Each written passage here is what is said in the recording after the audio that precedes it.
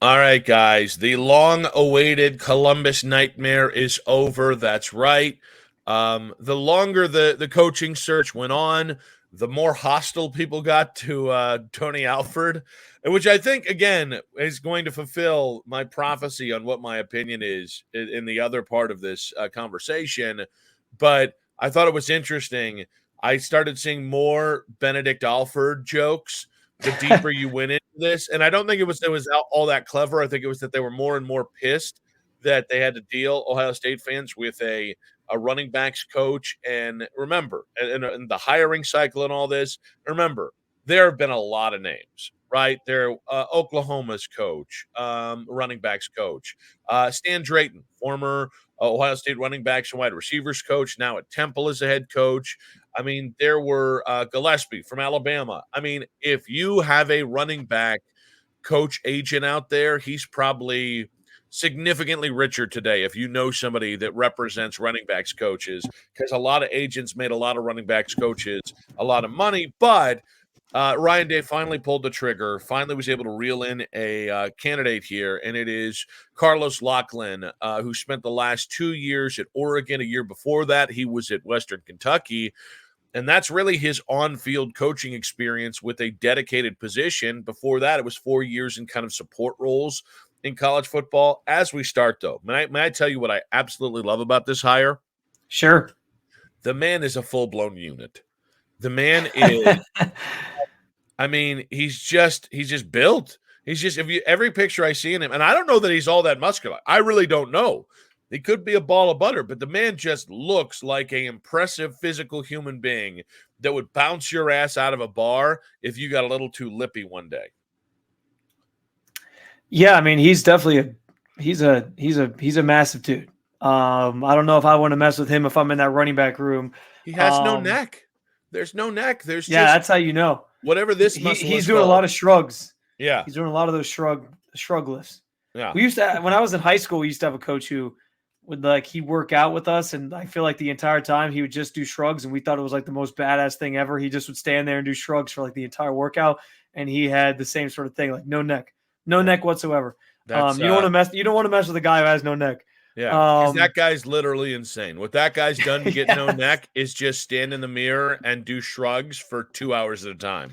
Yeah, and I can't speak to like knowing a ton about Locklyn. Obviously, I've read some things. I know he helped Oregon's rushing attack when it was 24th, I think, in 2021 before he came in, and then the following year he jumped it up to 12th. This last season, it took a little bit of a dip and was back to like 30th. But he certainly has left an impact. I know he helped land Bucky Irving, who's been a pretty good back for them in Oregon, and I think he seems to be sort of a guy on the rise. I also think if you're looking for some sort of when you get a hire like this that maybe we're not as familiar with, like there's a certain names that maybe we knew a little bit more about, guys that maybe been with Ohio State before or whatever. When it's a name that you're less familiar with, I always think it's important to realize like the program that they're coming from, and you're getting a guy who's coming from Oregon, where Dan Lanning is considered one of the top coaches in the game right now. I mean, we had the debate at the end of the season, like who is the best coach in the Big Ten, and we both kind of debated or toiled over a little bit over Dan Lanning, thinking that he's one of the better minds right now in the game. So I think that matters. Like you're getting a guy who clearly was respected enough to come to a program that's back on the rise in terms of their success and being able to win football games, and a coach who's kind of taken this new era by storm. So I think that matters as well. But yeah, I don't know that I can sit here and give you like, well, I give this hire an A or I give this hire a B, but I think it does certainly cool down the masses that were panicking over who was going to fill this role. I kind of talked about this a little bit a couple weeks ago. I don't know that it mattered like that they needed to fill it quickly, or I mean, I knew they would, but like I don't know that you needed to get like the most known name or a person who has ties to the Buckeyes program, particularly for this year, because I think you have two veteran backs who kind of you know what you're going to get out of those guys. And I don't think like Tony Alford leaving wasn't going to, shift their perspective on things. Maybe Judkins because he's not here, but like Trayvon Henderson, he came back because he's a Buckeye. He wants to finish his career here. He wants to try to improve his draft stock and go chase these things that he hasn't been able to accomplish in his career yet. But yeah, I mean, like you care about that on the recruiting front, and that was the biggest thing. People were like, "Oh, what does this mean for recruiting?" And are they going to miss out on some guys that Tony Alford was recruiting? Because I forget the names off the top of my head, but there was a couple guys who he had been linked to trying to bring in. But I also saw this week, as you get some of these rumors about recruits and guys who are interested in Ohio State and they feel pretty good about, 5-star running back Jordan Davison is still being like crystal ball to Ohio State right now. So we'll see how that all pans out. But I like the idea that you're getting a guy from a coach that's obviously on the rise and part of one of the more prominent programs in the country.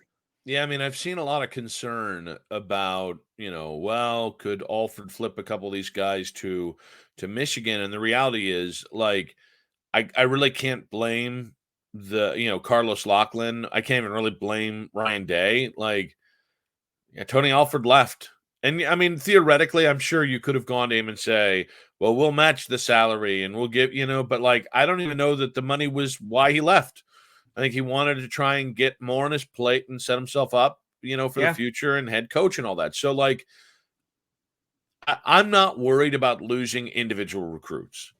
What Bucky does have to prove, and it's tough to prove it this year, Bucky. I'm saying Bucky Irving. What Carlos does have to prove is he does have to prove that he can reel in a big fish. And when I say big fish, it's not about 5-star, 4-star. Those are going to come at Ohio State. It's picking the right one. And I will say that is something that I think you can say consistently Tony Alford did.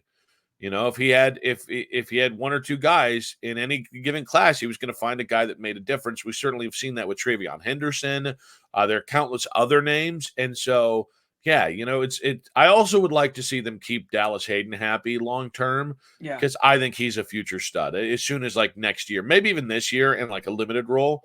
But that would be another one. Now, like, to me, it's about, all right, what running backs do you retain that you currently have? And then on top of it, when we finally see your big fish hit that field, did you choose the right one? And that's anywhere from 2 to 3 years down the road. So in that way, Carlos has some time. Yeah, and I think what's also the other thing that I think adds pressure for him is that Ohio State has always kind of been known as, and for better or for worse, because football's changed over the years. And I do think in recent years, part of the problem has been that the identity people associate with Ohio State football from just decades and decades of being this tough-nosed running football team and all these different things, that hasn't been there. And I think a lot of people equate that to why they've lost to Michigan 3 years in a row and haven't had the success that they normally do. And there's probably some truth to that. I mean, what was the stat going into the Michigan game this year? Like the team that's won the running battle has won the game. Like each game of the last like decade or whatever the hell it was. So like that definitely matters. And it goes back to like the winning in the trenches thing, which that's not necessarily Locklyn's job. That's on, Justin Fry to kind of get those guys in order and get that sorted out. But I think the identity of this team always still kind of being this bygone attitude of, well, the Ohio State Buckeyes are a running football team, and that's how we win football games. The receivers are nice and all that, but we got to be able to run the football. It goes back to what you're saying. Like you got to land a big fish who can kind of keep that identity going and be able to provide that for you, because I think people just associate that with this program. I mean, you're talking about the program that had Archie Griffin and Eddie George and Ezekiel Elliott. Like you think back to all these great running backs, and Trayvon Henderson has a chance to kind of put the finishing touches on a memorable running career as a running back at the school as well. If he pulls off a great season, maybe he's in the Heisman conversation, maybe, helps them win a national championship or something like that. Like he'll be the next great kind of guy in line. So there is a history there that he's got to kind of go in and try to maintain as he steps into this role as well. So I think that does add a little bit of pressure, but you're right. Like, what is he going to do on the recruiting trail? What is he going to do to land that big fish that can be that next great running back and be a catalyst for this program? That's, I think, what everyone's going to kind of have to wait and see.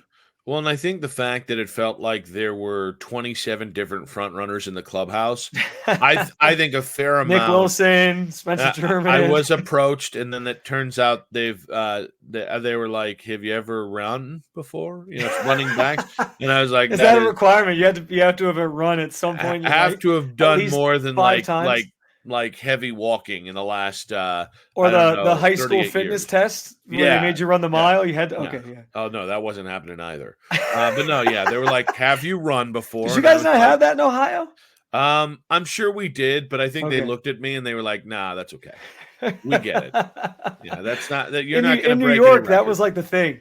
There was like a high school fitness, or I don't even know if maybe it was high school, maybe it was like middle school, but you had to like run the mile in under a certain amount of time. You had to like, there's all these little things that they made you like check off. We did this whole build up to it every year. It was the goofiest thing. Good luck to that, I would say. Yes. No, and no. Those are my answers for this test. I'll go sit over there and read a book. Pull-ups was another one. I don't mind running, by the way. I never minded running, but I ran with a purpose. You know, like there's a difference. I hated suicides in the football field, but if you asked me to pull out of the left tackle spot and destroy somebody off the line, I love that because that was about. You just needed a little bit motivation. So you just needed a little motivation. No, I needed purpose. If you told me why I was running, but if you're just like, hey, go run over there, I'd be like, hey, go blow it out your ass. Like from the time I was little, I remember the teacher being like, we really need to run here, and I'm like, what? Huh? No, I don't think we need to. I turned into Woody Allen at 8, apparently. What are we talking about? I don't have a great Woody Allen. Let's just stop that right now. But my point is, I don't think any Ohio State fan really knows if this is a good hire. I think we're just more relieved the process is over. Agreed. And I don't know, Nick. Like I've kind of subscribed. This is like across the board. I've gotten so far away from the making rash analysis on any hire from like a coaching standpoint. And I think it's just hard for certain sports. Like in college football or the NFL, you might be able to say, okay, well, I think this guy who's this innovative offensive mind, I think he's a good hire because we've heard some good things about like what they're going to do. I also think in football, you at least have like defined roles that you can look at and say, okay, this guy was a running backs coach, or this guy was a receivers coach, or this guy was an offensive coordinator. Here's some of the stats that back what he's done. I think in other sports, it's a lot harder, like the NBA, MLB, when there's a managerial hire or whatever. I think it's hard to really know at all if a guy's going to be good or not. So, and I think that still applies to some of these other positions or just position group coaches in general. Like I'm not going to sit here and make any just like off the rip, like, oh man, I love this hire. It's great. Like I think it's okay to approach it.